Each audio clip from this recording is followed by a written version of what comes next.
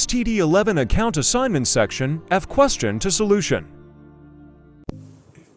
Hello વિદ્યાર્થી મિત્રો, આજે આપણે જોઈશું ધોરણ 11 કોમર્સ એસાઇનમેન્ટ એકાઉન્ટ સેક્શન એફમાં બીજો દાખલો શરૂ કરતા આપણે એક વાત કહેવી છે કે તમે અમારી ચેનલને સબસ્ક્રાઈબ કરો, અમારો વોચ ટાઈમ પૂરો કરાવો, તેથી અમે તમને PDF પહોંચાડી શકીએ. ચાલો અમે દાખલો ચાલુ કરીશું હવાલાથી. હવાલો નંબર 1. છેવટના સ્ટોકની ચોપડી કિંમત 35,000 છે. આ સ્ટોક માટે 5,000નો રિપેરિંગ ખર્ચ જરૂરી છે. આપણો સ્ટોક 35,000 તો છે, પણ એમાં 5,000નો નુકસાન છે, એટલે ખર્ચો છે. એટલે આપણે આખા સ્ટોકમાં બાદ કરીએ કે ડાયરેક્ટ 35,000માંથી 5,000 બાદ લખી દેવાનું. હવાલો છે, તેથી એની બે અસર થશે. એક તો વેપાર ખાતામાં જમા બાજુ અને પાકા સરિયામાં મિલકત લેણા બાજુ.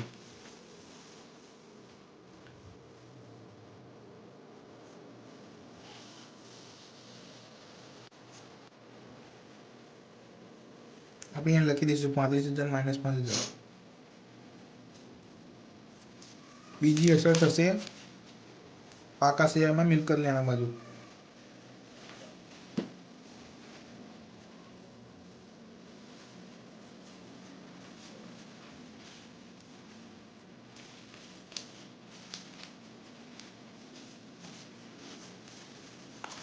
હવે બીજો હવાલો જોઈએ. મૂડી પર 5% વ્યાજ. મૂડી આપેલી છે એટલે આપણે અહીંયા પાકા શરીરમાં તેનું કોલમ બનાવી દઈશું. મૂડી વ્યાજ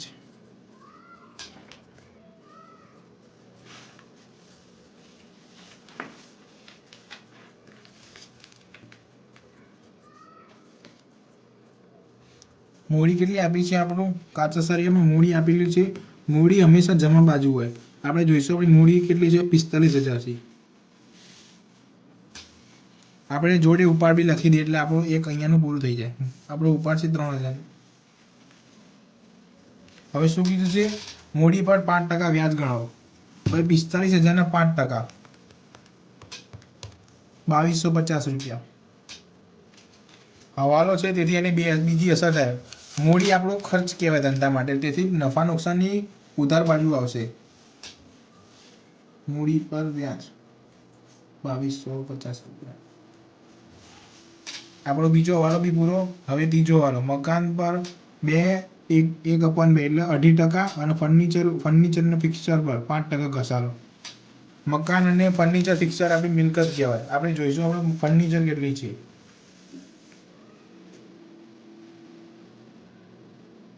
આપણે મકાન આપણું મકાન આપણું 40,000નું છે.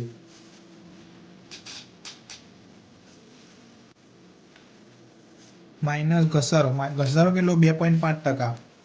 40,000ના 2.5% કેટલા થાય? -2.5. 1,000 રૂપિયા આપણો ઘસારો આવશે. બહાર આવશે 39,000. બીજું છે ફર્નિચર ફિક્સર ઉપર 5% ઘસારો.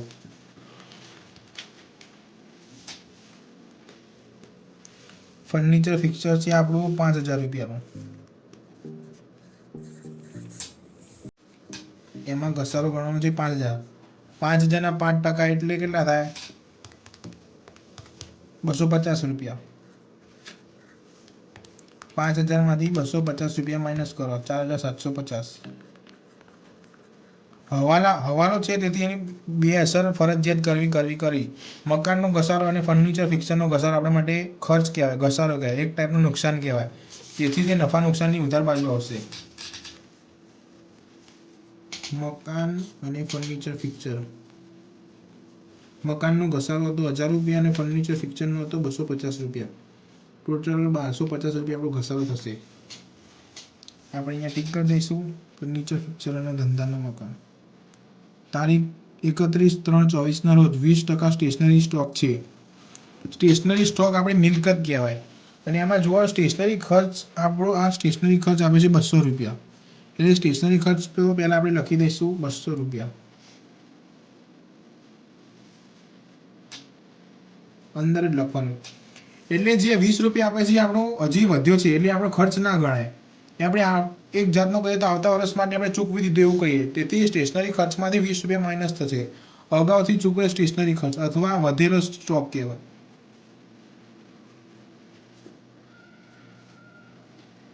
20 રૂપિયા એટલે 180 રૂપિયા અને એ 20 રૂપિયા પર સ્ટોક કહેવાય. તેથી આવશે આપણે મિલકત કહેવાય. તેથી મિલકત લેણામાં આવશે.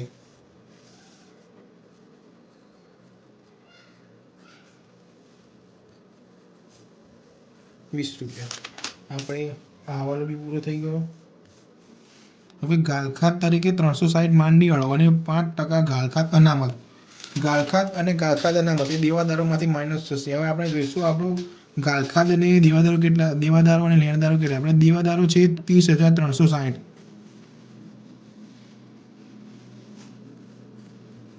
અને જોડે આપણે લેણદારો બી લખી દઈએ. લેણદારો આપણા 41,000 છે.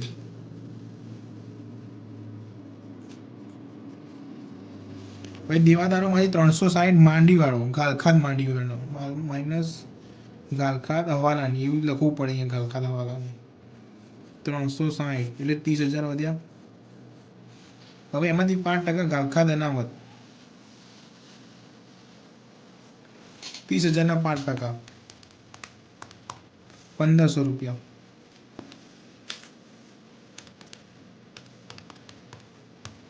28,500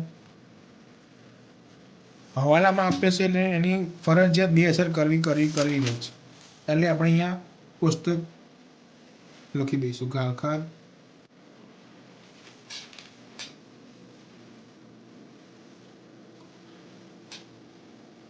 કાચા શેરડાની હવાલાની કાચા શેરડાની આપણી ગાળખાત હવાલાની 360 રૂપિયા છે. ગાળખાત અનામત કાચા હવાલાની 1,500 રૂપિયા.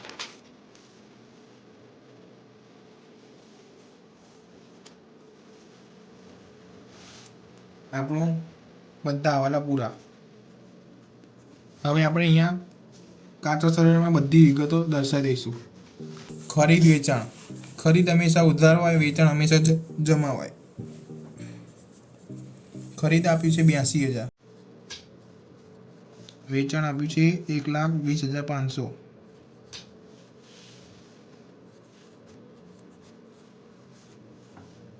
માલ પરત. આમાં કયો માલ પરત છે આપણે જોવું પડશે. આ માલ પરત આ છે વેચાણ માલ પરત.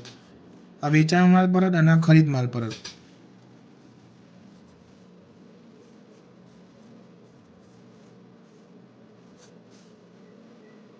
વેચાણ પરત 21 રૂપિયા. આપણે કરી લઈશું 82,000 માંથી 1,700 80,300 આવ્યું આપણું ખરીદી. અને વેચાણ 1,20,500. 500 માંથી 2,100 માઇનસ કરવાના.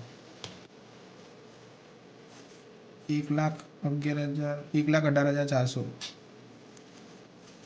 આપણું માલ પરત. પ્રોવિડન્ટ ફંડ એ ખૂબ જ મસ્ત ટોપિક છે. પ્રોવિડન્ટ ફંડ આપણું દેવું કહેવાય. પ્રોવિડન્ટ ફંડ કેટલું છે આપણું? 13,000 રૂપિયા. એ આપણે અંદર લખીશું. પ્રોવિડન્ટ ફંડમાં રોકાણો આપણું શું કહેવાય? મિલકત કહેવાય. એ શેમાં આવે? અહીંયા મિલકત લેણામાં. પીએફમાં રોકાણો છે 12,000 રૂપિયા. હવે પ્રોવિડન્ટ ફંડમાં ફાળો એ આપણો ખર્ચ કહેવાય. એ આવશે નફા નુકસાનની ઉધાર બાજુ.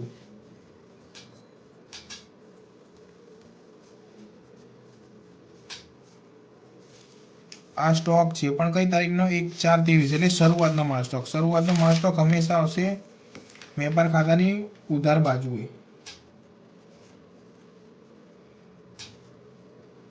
કેટલું છે? 18,000. આપણા દેવાદારો અને લેણદારો પણ લખાઈ ગયા.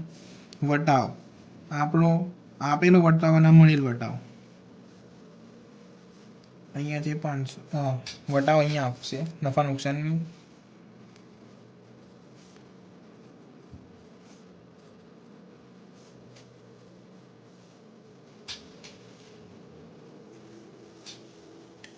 હવે સામાન્ય ખર્ચ નફા નુકસાનની ઉધાર બાજુ 11,200. પગાર એ પણ આપણો ખર્ચ, તેથી નફા નુકસાનની ઉધાર બાજુ પગાર છે 18,000. આવક માલ ગાળા ભાડું એ વેપારના લગતા ખર્ચે માલ સામાન ગાળા, તેથી વેપાર ખાતાની ઉધાર બાજુ એ છે 300 રૂપિયા. ગાલખાદ અને ગાલખાદ અનામત. ગાલખાદ હંમેશા ઉધાર હોય. કાચા શેરડાની ગાલખાદ કેટલી છે? 240 રૂપિયા અને અહીંયા 2500 રૂપિયા. આ બધા પ્લસ થશે, એમાંથી ગાલખાદ અનામત કાચા શેરની માઇનસ થશે. હવે આપણે બધા 12 રકમ લખી દઈશું.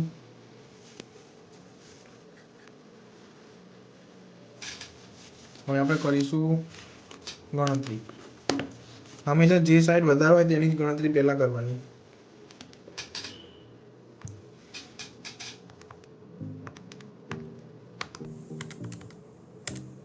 $1,48,400 ટોટલ આવ્યું. એમાંથી બધી રકમ માઇનસ કરવાની.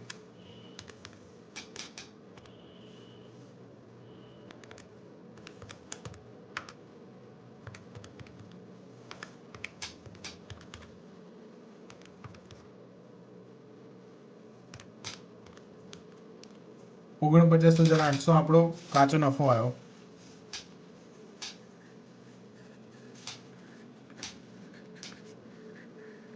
કાચો નફો નફા નુકસાનની ઉધાર બાજુ લખવાનો. 48,800 49,800 ભૂલ થાય વિદ્યાર્થી મિત્રો. આપણો કાચો નફો. ત્યારે બધી રકમ જે 12 આવતી હોય તે લખી દેવાની. 240 પ્લસ 360 પ્લસ 1500 માઇનસ 2500. હવે -400 આ વિદ્યાર્થી મિત્રો આમાં કન્ફ્યુઝ થઈ જાય કે -400 કેવી રીતે લખવાના, પરંતુ -400 અહીંયા હોય તો અહીંયા જમા બાજુ લખી દેવાના. શેમાં? ગાલખાદ અનામતમાં 400 રૂપિયા. હવે આપણું ટોટલ કરી નાખીએ. 49,800 પ્લસ 400 પ્લસ 300 50,500. હવે તેમાંથી આ બધી રકમ માઇનસ કરીશું.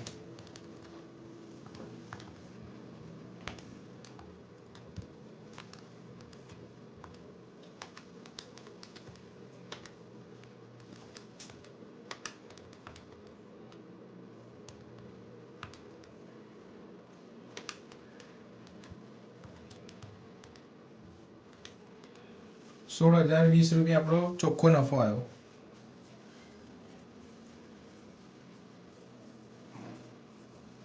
હવે 16,020 આપણે મિલકત લેણા મૂડી દેવામાં નફામાં લખીશું. 16,020 આની રકમ બહાર લખી દઈએ. 16,045,000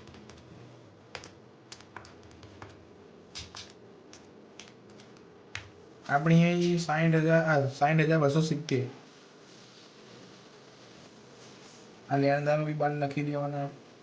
30,000 બી બહાર લખી દેવાના. 28,500 આપણે સરવાળો મારી દઈએ. બંનેનો સરવાળો સરખો હોવો જોઈએ. મૂડી દેવાની મિલકત લેવાની.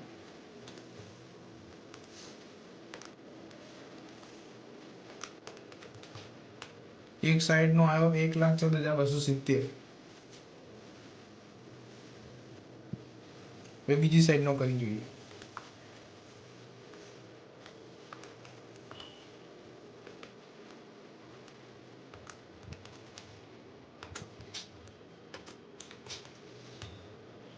$1,14,270. હવે આપણે જોઈએ આપણો જવાબ આવી જશે કે નહીં આવતો.